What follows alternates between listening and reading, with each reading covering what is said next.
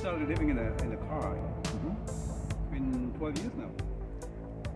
Right at it, yeah. I'm coming up, let's see, June the 1st will be my anniversary. Why did you decide to live in a car? When? Why? What was the reason why you Oh. decided that? Well, I wanted to travel, Okay. and I wanted to do it economically, and I had already begun to downsize quite a bit from both my mother's experience. She was becoming aged, and we needed to help her downsize, but also my sister, she was, her house and her family's house and her son's archery business had 5 feet of water in it. Oh, wow. And so I helped them, clean up and everything. And my sister was throwing stuff out, left and right. And I thought, it's cast iron pots, there's nothing wrong, we can clean them up. No, toss them. So she wanted to downsize. So it sunk into me, what is really important is you don't have to have all that much. And especially when I began to become interested in hiking. And I put everything I needed for, say, 3 days away, that's everything I needed on my back. And that was liberating. So I thought, gee, I can switch to, downsize enough to where I can live in my car. So I did. I have not looked back. I love it. People, when they see you living in a car, they probably say, "Oh, poor thing. What happened to him? Is he homeless, jobless, or?" Yeah. What do you think of that stereotype? Well, what people think, I don't care. It's rare that they say something negative to me like that. They might think it, but they won't say it to me. But occasionally they greet me or whatever, and they say, "Wow, you're from here." And I say, "Yeah, man, I'm having the most fantastic adventures continuously." Really? Where all have you been? I've 49 states, everywhere but Hawaii. And 5 Canadian provinces and 1 Canadian territory. And I've also been to Mexico, so that's 3 countries, the United States, of course, and then the other 2. But anyway. So you're living in a car, then it was just out of the desire to travel. It was see my what choice. your choice. If I had kept my apartment, I would have had the need to stay in or around my apartment in order to pay for my apartment. So when you started hitting the road, were you already retired? Or? No, actually, I was hired, wonderfully so, by 2 different sororities to photograph their big functions. And their big functions were all over the United States, which helped pay for some of my road tripping expenses. So in fact, we are right outside of Phoenix. In 2006 was my first time to photograph. It was Delta Zeta had their national convention right over there in Phoenix, and it was 5 very intense days of photography. And I'd never been to Phoenix, so it was my first time. 2006, I came here. That's why I'm now exploring this area, because I learned about it. So you were a photographer, I think? Yes, I'm still a photographer, but I'm mostly retired. I'm not soliciting any business now.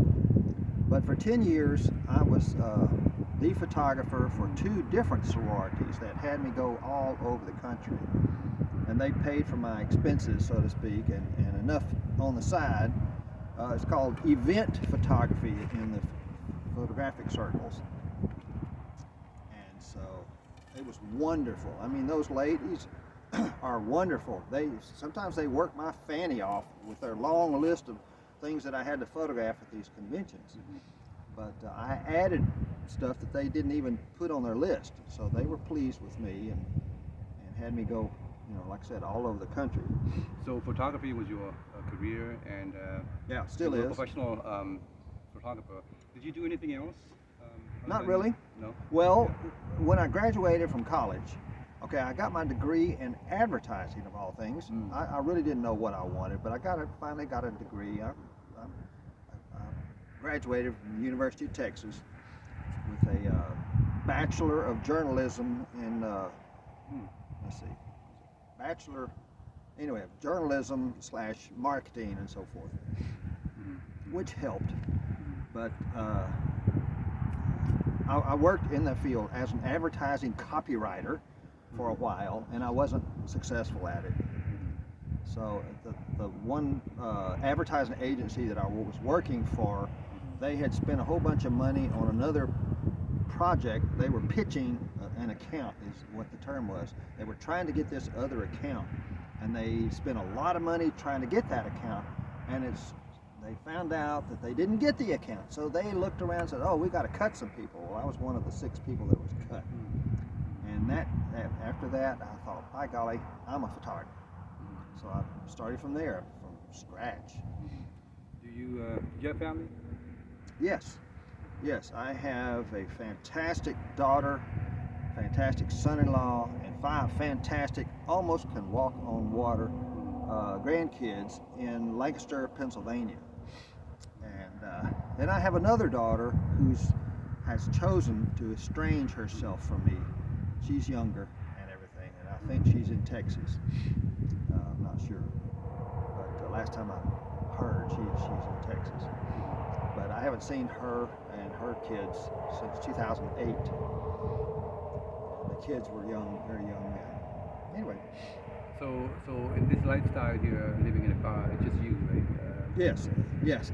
If since I have removed the front passenger seat and the back seat, it's kind of rare, but when I have a passenger with me, they sit way to the back and their legs are straight out because of my bump. Lounging, basically. Yeah, and I tease that, if I had a lady, a couple of times I've had a lady, I've teased, reach over and tickle their tootsies. It's fun, but I've had 2 or 3 times I've had 2 people that on my bunk. So my wonderful friends up in Vermont, we were up in Alaska, we were at Denali National Park. They had had a campground there, so I joined. They said, Dee, join us, so I did.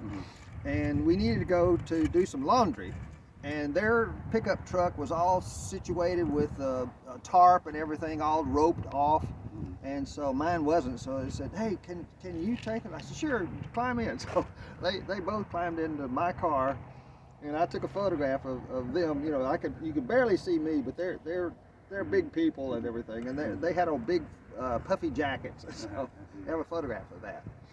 And so I took them about 3/4 of a mile to the laundromat, and we did our laundry, all 3 of us, and then we rode back.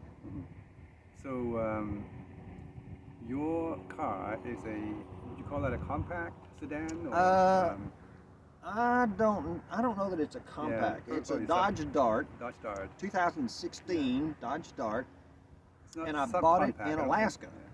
Previously, I had a Saturn, a 2002 Saturn. 278,000 miles on it when it died on me in Valdez, Alaska. So now 12 years in, what's next? Will you continue living in the car like this? Or? I feel like I can do this for another 10 years easily, as long as my health is decent. Right. And I've told people, from about 2 inches above my knees to the top of my head, I'm in pretty good shape for someone at 75. Now I do have problems with my knees and everything, so I'm cautious. Where do you normally park? I mean, each place, each state, each city that you go? I've parked almost anywhere that you can think of. I was driving one night, I prefer the back roads, but I was driving one night on the interstate, and I saw this sign up ahead. It was a blue sign with a big white H on it. Okay. Oh, hospital. Hospital. So it was late, I was tired, so I thought, hospital's got a parking area. So I pulled in there, and I stealth camped, shall we say. I didn't let anybody know, but I realized the next morning, hey, I can go in the hospital and use the bathroom, use the restroom. So I've done that a number of times. But I park at some of the big truck stops.